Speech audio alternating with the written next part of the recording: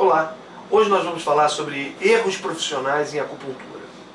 Isso é uma coisa que ninguém gosta de falar, é desagradável para qualquer profissão, para qualquer especialidade, mas é importante a gente trazer à tona esses problemas que existem também na acupuntura e não varrer como se fosse poeira para debaixo do tapete, né? Essa semana aconteceu uma situação muito desagradável. Foi uma situação internacional onde uma acupunturista da Inglaterra foi processada sob a alegação de que ela estava prometendo a cura do autismo com acupuntura. Ou seja, uma mãe que tem um filho autista e um dos sintomas do quadro clínico dessa criança autista era a mudez.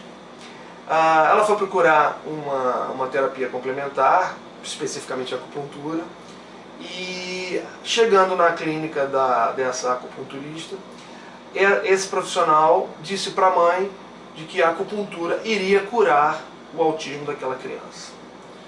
Bom, criou uma falsa expectativa na mãe. A mãe fez o tratamento, que custava aproximadamente 60 libras esterlinas por sessão. Não obteve nenhum resultado em termos de cura da doença, do transtorno do espectro autista, como se chama atualmente, e obviamente se sentiu lesada e foi reclamar com os órgãos respectivos na Inglaterra. E isso gerou um processo bastante desagradável, um processo judicial para essa especialista em acupuntura, correndo o risco de ser cassada, de perder a licença.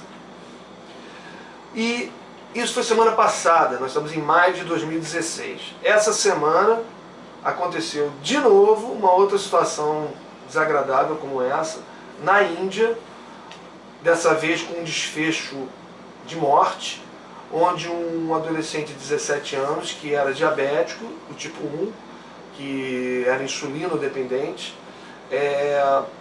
foi buscar um tratamento complementar na acupuntura, e o especialista, o acupunturista na Índia, disse para a mãe e para o rapaz de que ele não precisava mais tomar as injeções de insulina que ele vinha tomando já há 5 anos.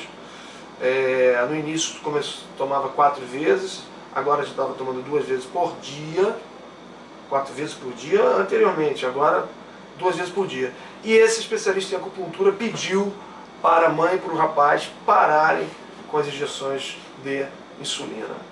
Obviamente que isso foi um erro grave em acupuntura, porque o acupunturista precisa conhecer a patologia da doença que ele está tratando. A doença pode até ser incurável, mas ele precisa entender minimamente da patologia, da fisiopatologia, do funcionamento anormal daquela doença que ele está tratando, para não incorrer em erros básicos como esse, porque ele deveria saber que a insulina nesse caso era uma terapia de substituição.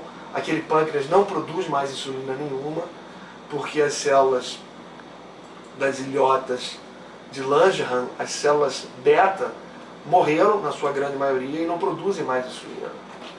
E não haveria possibilidade outra de você fazer o estímulo desse órgão cujas células que produzem aquele hormônio chamado insulina morreram. O que morreu, morreu. A acupuntura não vai fazer renascer. Isso tudo é muito desagradável se trazer à tona, mas a gente precisa refletir que isso também acontece no Brasil. Infelizmente, isso não é só privilégio de um país desenvolvido como a Inglaterra, no caso a Índia, um país emergente, com características às vezes parecidas com as do Brasil, mas isso acontece aqui também.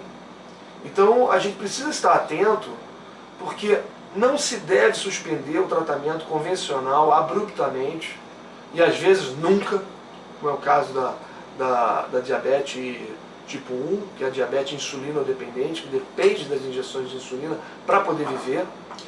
E mais especificamente no início de um tratamento por acupuntura, que você ainda não conhece as reações do paciente, não sabe como ele vai reagir àquele estímulo acupuntural que você vai dar, que muitas vezes você tem possibilidade de reverter o quadro daquele paciente, mas é muito precoce, está muito no início, então você não conhece a resposta do paciente. Você não pode, sob hipótese alguma, pedir para que aquele paciente suspenda abruptamente um tratamento convencional que ele vem fazendo, né?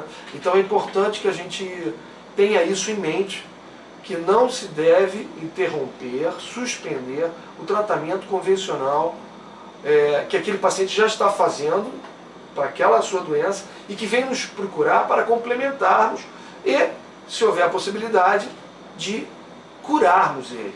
Mas às vezes não há possibilidade de cura. Às vezes a acupuntura vem tratar para minorar, para minimizar efeitos colaterais ou melhorar a qualidade de vida daquele paciente.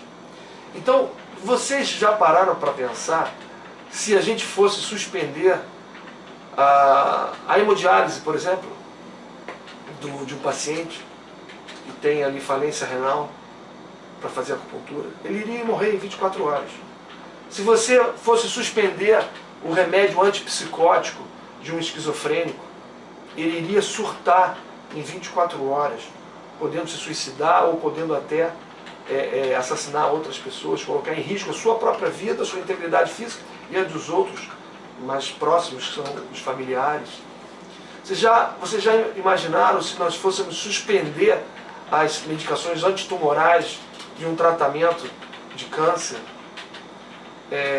Seria devastador. Então, meu papel aqui hoje é chamar a atenção de vocês para a questão da complementariedade do tratamento e não daquela postura arrogante e totalitária de que só a acupuntura vai resolver tudo. Não, não é. Eu acho que a gente tem que adotar a posição dos chineses, que é: a medicina ocidental é boa, a oriental é boa. As duas juntas são melhores do que cada uma separadamente. Já imaginou se nós suspendêssemos a medicação anti-inflamatória e analgésica de pacientes com artrite reumatoide, que tem inflamação em todas as articulações do corpo? Seria uma coisa enlouquecedora. Então a gente tem que ter essa visão de complementariedade e não de exclusivismo, porque é possível essa interação das duas formas de tratar. E essa é a melhor medicina. Essa é a melhor forma de tratarmos e combatermos uma doença e um doente de forma mais rápida e até mesmo mais inteligente. Portanto, eu queria deixar aqui a minha mensagem de que parcimônia, cuidado, atenção no que vocês ouvirem quando forem procurar a acupuntura. Bom senso acima de tudo. Nós precisamos ter bom senso, porque se formos ouvir, porque o paciente é leigo, então se ele ouve o que um profissional que deveria ter ética, deveria ter conhecimento do que está fazendo, manda ele parar um outro tratamento que um outro profissional passou, já conhecendo o histórico desse paciente, e aquele acupunturista está conhecendo naquele momento, a gente tem que suspeitar.